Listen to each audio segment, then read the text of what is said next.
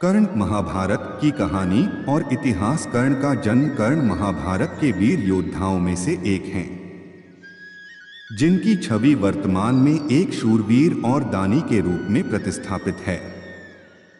विभिन्न मान्यताओं के अनुसार उनका जन्म कुंती, श्री कृष्ण के पिता वासुदेव की बहन और भगवान कृष्ण की बुआ के घर एक वरदान के रूप में हुआ था। एक दिन दुर्वासा ऋषि चहल पहल करते हुए कुंती के महल में आए।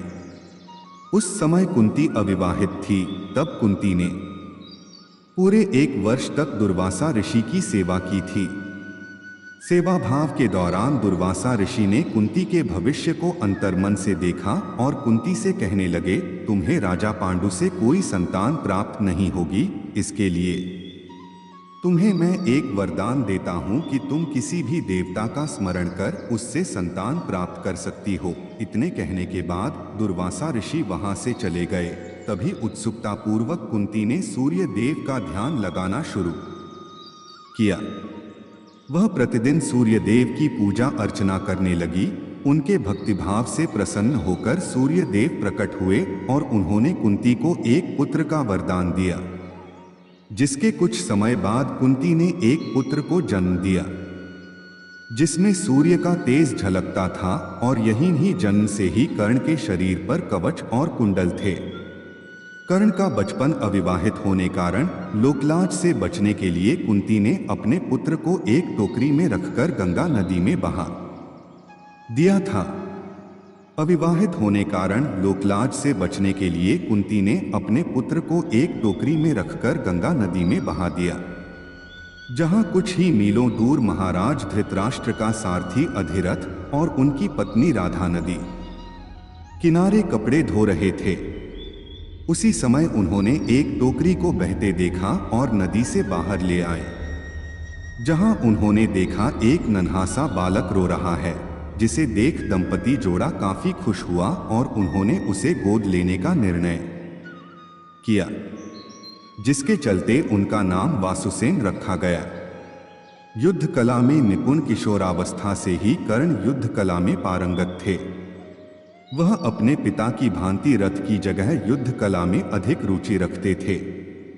एक दिन उनके पिता अधिरथ उन्हें गुरु द्रोणाचार्य के पास ले गए, जो उस समय के सर्वश्रेष्ठ वीर योद्धाओं में से एक थे। गुरु द्रोण सिर्फ कुरु वंश के राजकुमारों को ही शिक्षा देते थे, जिसके चलते उन्होंने सूत पुत्र कर्ण को शिक्षा देने से इनकार कर दिया, क्योंकि कर्ण एक सारथी का पुत्र था और द्रोण क्षत्रियों को ही शिक्षा देते थे। उसके बाद युद्ध कला को सीखने के लिए वह परशुराम से मिले, जो केवल ब्राह्मणों को ही शिक्षा देते थे। यह जानकर कर्ण ने स्वयं को एक ब्राह्मण बताया और शिक्षा प्राप्त की, जिसके चलते वह युद्धकला और धनुर्विद्या में निपुण हुए। वैवाहिक जीवन उन्होंने अपने पिता की इच्छा को पूर्ण करते हुए रुशाली नामक एक सूद पुत्री से विवाह किया। इसके बाद कर्ण ने एक और विवाह किया, जिसका नाम था सुप्रिया। इन दोनों पत्नियों से कर्ण को 9 पुत्र प्राप्त हुए। उनके 9 पुत्रों ने महाभारत के युद्ध में प्रतिभाग लिया, जिसमें वृषसेन अर्जुन के हाथों से वीरगति को प्राप्त हुए थे। वृषकेतु एकमात्र ऐसा पुत्र था जो जीवित था। युद्ध के दौरान कर्ण की मृत्यु के पश्चात रुशाली भी कर्ण की चिता पर ही सती हो गई थी। दुर्योधन से मित्रता। पुराणों के अनुसार जब गुरु द्रोण ने हस्तिनापुर में युद्ध पराक्रम की एक प्रतियोगिता का आयोजन करवाया, तब उस प्रतियोगिता में अर्जुन को विशेष धनुर्धारी के रूप में सम्मानित किया गया। उसी समय वहां कर्ण आ जाते हैं और वह अर्जुन के द्वारा किए गए युद्ध कौशलों को भली प्रकार से कर लेते हैं और अर्जुन को दबंग युद्ध के लिए ललकारते हैं। तभी सभा में उपस्थित कृपाचार्य कर्ण के हस्तक्षेप को निरस्त करते हुए उनसे वंश और साम्राज्य के बारे में पूछते हैं, क्योंकि दबंग युद्ध के अनुसार एक राजा ही एक राजकुमार को ललकार सकता है। उसी समय कौरवों में दुर्योधन ने जाना कि एक कर्ण ही एक योद्धा है जो अर्जुन को मात दे सकता है। इसलिए दुर्योधन कर्ण को अंगदेश का राजा घोषित करते हैं ताकि कर्ण द्वंद्व युद्ध के योग्य हो जाएं। उसके बाद कर्ण ने दुर्योधन से पूछा कि तुम्हें इसके बदले क्या चाहिए। दुर्योधन ने जवाब दिया, मुझे तुम्हारी दोस्ती चाहिए। जिसके चलते दोनों एक एक दूसरे के घनिष्ठ मित्र बन गए। कर्ण का चरित्र सूत पुत्र कर्ण एक उदारवादी और दानवीर योद्धा थे, जिसके चलते वह नित्य कर्म सूर्य भगवान की पूजा अर्चना करते थे। आस्था के प्रति विश्वास रखते हुए कर्ण धर्म के प्रत्येक कर्मकांडों को करते थे। उनकी वीरता के किस्से आज भी विभिन्न पुराणों में विद्यमान हैं। अंगराज का राजा बनने के पश्चात कर्ण सूर्य देव की उपासना के बाद दान करते थे। उन्होंने अपनी माता को यह वचन दिया कि महायुद्ध के दौरान वह अर्जुन के अतिरिक्त और किसी पांडव का वध नहीं करूंगा। जिसके चलते उन्होंने अर्जुन के वध के लिए देवराज इंद्र से इंद्रास्त्र भी मांगा था। जरासंध और कर्ण ने कलिंगा की रानी भानुमति का दुर्योधन से विवाह करने में सहायता की थी, जब दुर्योधन स्वयंवर के दौरान राजकुमारी का अपहरण कर लेते हैं। उस समय कर्ण ने ही सैनिकों से युद्ध लड़ा था, जिसमें भीष्म का, वक्रा, कपोटारमन, नीला, रुक्मी, श्रृंगा, अशोक, सतधनवान इत्यादि महान शासकों को कर्ण ने पराजित किया। उसके बाद मगध के राजा जरासंध ने कर्ण को युद्ध करने के लिए चुनौती दी, जिसके चलते कर्ण और जरासंध के मध्य कुश्ती हुई, जिसमें कर्ण ने जरासंध को पराजित कर दिया। कर्ण से पराजित होने के बाद जरासंध ने कर्ण को मालिनी राज्य भेंट स्वरूप दिया। उस विजय से कर्ण बहुत लोकप्रिय हुए। मालिनी राज्य के सिंहासन पर बैठने के बाद कर्ण ने एक शपथ ली कि मेरे दरबार से कोई भी व्यक्ति खाली हाथ नहीं जाएगा। पांडवों के साथ शत्रुता वह कभी भी शकुनी के द्वारा नियोजित छलकपट की नीति से पांडवों को हराने के पक्ष में नहीं थे, जिसके चलते वह सदा ही युद्ध के पक्ष में थे। वह हमेशा दुर्योधन को युद्ध के द्वारा पांडवों को पराजित करने का आग्रह करते थे, जिसके कारण वह दुर्योधन को खुश करने के लिए चौसर के खेल में सम्मिलित हुए, जिसके कारण द्रौपदी चीर हरण की घटना रूपांतरित हुई। उसके बाद भीम ने यह प्रतिज्ञा ली कि वह अकेले ही युद्ध में दुर्योधन और उसके सभी भाइयों का वध करेगा।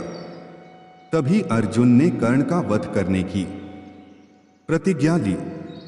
कर्ण का द्रौपदी के साथ प्रेम संबंध विभिन्न स्रोतों के अनुसार महाभारत से संबंधित कई लोकप्रिय कथाएं भी मिलती हैं, जिसमें से एक है जाम्बुल अध्याय, जिसमें द्रौपदी अपने राज का खुलासा करती है।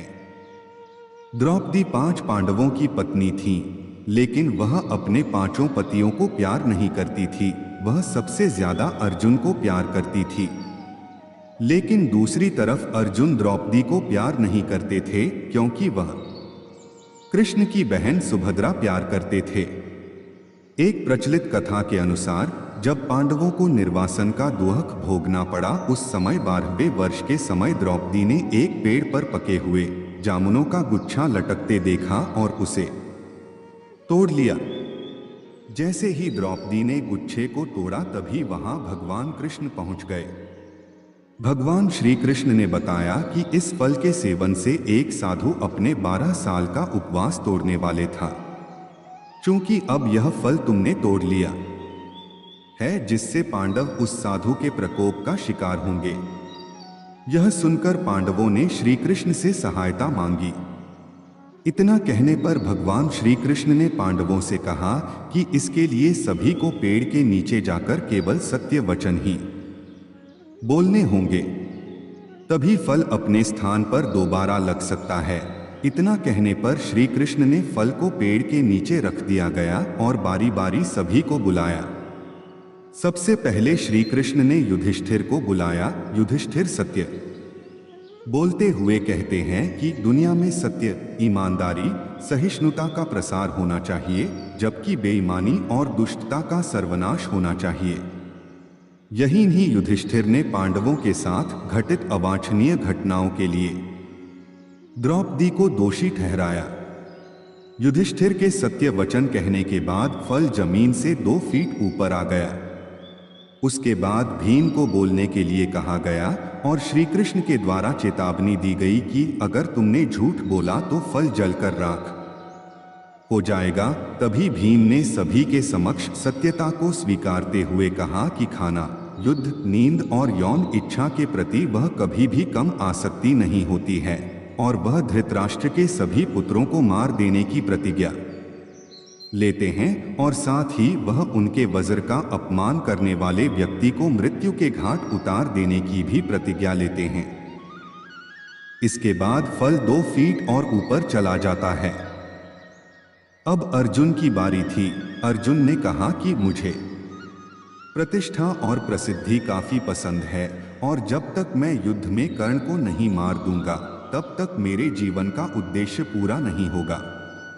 इसके लिए मैं किसी भी हद तक जा सकता हूं, चाहे मुझे धर्म के विरुद्ध ही क्यों ना जाना पड़े। इतना कहने पर फल थोड़ा और ऊंचा जाता है। अर्जुन के बाद नकुल और सहदेव ने भी कोई रहस्य नहीं छिपाया। अंत में द्रौपदी की बारी आई। द्रौपदी ने सत्य बताते हुए कहा कि मैं अपने 5 पतियों की ज्ञानेंद्री, आंख, कान, नाक, मुंह और शरीर हूं, लेकिन मैं उन सभी के दुर्भाग्य का कारण हूं और बिना सोच विचार कर किए गए अपने कार्यों के लिए पछता रही हूं। लेकिन द्रौपदी के यह सब बोलने के बाद भी फल ऊपर नहीं गया। तब श्री कृष्ण ने कहा कि द्रौपदी कोई रहस्य छिपा रही हैं। तब द्रौपदी ने अपने पतियों की ओर देखते हुए कहा, मैं आप 5 से प्यार करती हूं, लेकिन मैं किसी 6वें पुरुष से भी प्यार करती हूं और वह कर्ण है, जिसे जाति की वजह से विवाह नहीं होने का पछतावा होता है। अगर मैंने कर्ण से विवाह किया होता तो शायद मुझे इतने दुख नहीं झेलने पड़ते और न ही इस तरह के कड़वे अनुभवों से होकर नहीं गुजरना पड़ता।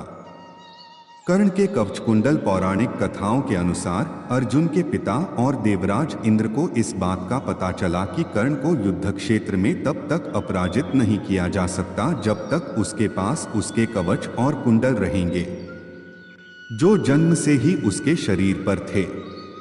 इसलिए जब कुरुक्षेत्र का महायुद्ध शुरू हुआ तब इंद्र ने एक योजना बनाई और प्रण किया कि वह कर्ण को कवच और कुंडल के साथ युद्ध क्षेत्र में नहीं जाने देंगे।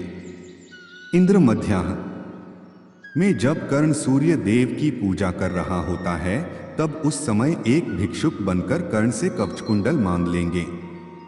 सूर्यदेव इंद्र की इस योजना के बारे में कर्ण को सावधान भी करते हैं, लेकिन वह उन्हें धन्यवाद देकर कहता है कि उस समय यदि कोई उससे प्राण भी मांग ले तो वह मना नहीं करेगा। तब सूर्यदेव कहते हैं कि यदि वह स्ववचनबद्ध है तो वह इंद्र से अमोघास्त्र मांग ले। तब अपनी योजनानुसार इंद्रदेव एक भिक्षुक का भेष बनाकर कर्ण से कवच और कुंडल मांग लेते हैं। चेतावनी मिलने के बाद भी कर्ण मना नहीं करता और खुशी खुशी अपना कवच कुंडल दान कर देता है। तब कर्ण की इस दानप्रियता पर प्रसन्न होकर वह उसे कुछ मांग लेने के लिए कहते हैं, लेकिन कर्ण यह कहते हुए कि दान देने के बाद कुछ मांग लेना दान की गरिमा के विरुद्ध है, मना कर देते हैं। इतना सुनने के बाद इंद्र कर्ण को अपना शक्तिशाली अस्त्र वासवी प्रदान करते हैं, जिसका प्रयोग वह केवल एक बार ही कर सकता था। इसके बाद कर्ण का एक और नाम वैकर्तन पड़ा। मृत्यु युद्ध के दौरान जब कर्ण के रथ का एक पहिया धरती में धंस जाता, धरती माता के श्राप के कारण है, तब वह अपने दैवीय अस्त्रों के प्रयोग में असमर्थ हो जाता है, जैसा कि उसके गुरु परशुराम का श्राप था। उस समय कर्ण अपने रथ के पहिए को निकालने के लिए नीचे उतरता है और अर्जुन से आग्रह करता है कि वह युद्ध के नियमों का पालना करते हुए कुछ देर के लिए बाण चलाना बंद कर दे। तभी श्री कृष्ण ने अर्जुन से कहा कि कर्ण को कोई अधिकार नहीं है कि वह अब युद्ध नियमों और धर्म की बात करे। क्योंकि अभिमन्यु के वध के समय कर्ण ने भी किसी भी युद्ध नियम और धर्म का पालन नहीं किया था।